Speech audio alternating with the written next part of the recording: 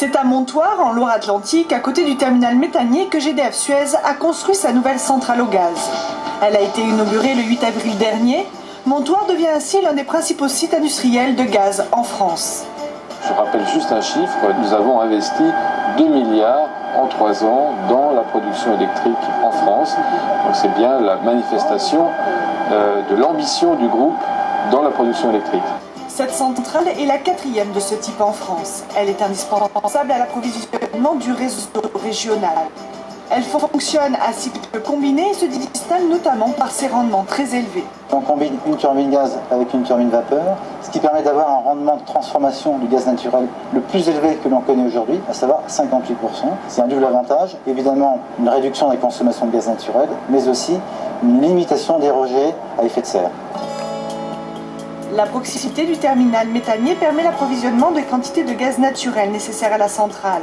Le terminal, lui, utilise l'eau chaude produite par la centrale pour regazifier le GNL. Une véritable synergie pour un système plus écologique. Cette centrale de 435 MW doit apporter un complément de production d'électricité indispensable à la région en délivrant l'équivalent de la consommation annuelle d'environ 450 000 foyers.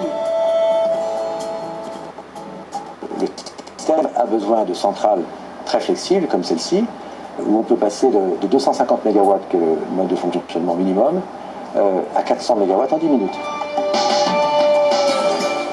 Le chantier aura duré plus de 2 ans pour un investissement de près de 300 millions d'euros. Aujourd'hui, c'est une équipe de 25 personnes qui assume le bon fonctionnement de la centrale dont avait besoin la région. Quelques minutes pour démarrer les turbines et quelques heures pour atteindre sa pleine puissance. La centrale de Blénaud en Meurthe-et-Moselle est une première en France pour EDF. Elle fonctionne au CCG, traduction cycle combiné gaz, un procédé dont le rendement est 2 fois supérieur à celui d'une centrale à gaz classique. À l'origine de production d'énergie, une combustion entre de l'air et du gaz naturel. L'ensemble fait tourner une mine d'arbre sur laquelle se trouve un alternateur qui va produire de l'énergie électrique, en fait, qui va transformer l'énergie mécanique en énergie électrique. L'intérêt du cycle combiné gaz est double selon EDF. Il y a d'abord sa relative propreté. Les émissions de CO2 sont divisées par 2 par rapport à une centrale à charbon.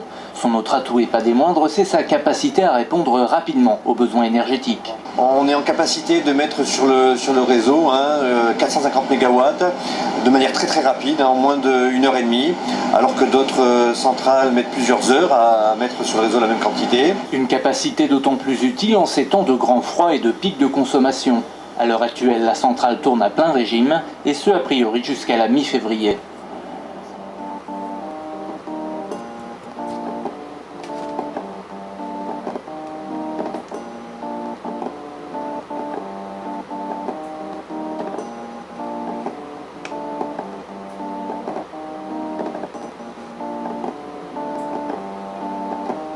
My name is Phil Von Einem and I'm the engineering controller here at Pelican Point.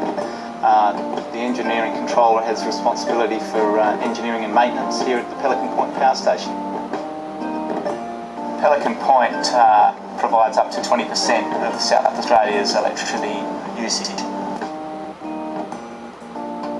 The plant consists of 2 Alstom GT13E2 gas turbines and a single steam turbine.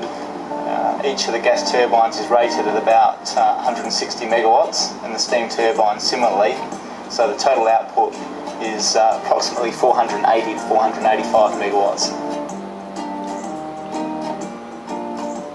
The main advantage of a combined cycle plant is we are maximising the efficiency from the plant. We're using as much of the waste heat from the gas turbine as we possibly can and putting that through a boiler to create steam, and then the steam goes through a steam turbine. We can achieve cycle efficiencies around 52% compared with around 35% for a conventional plant which doesn't operate in combined cycle mode.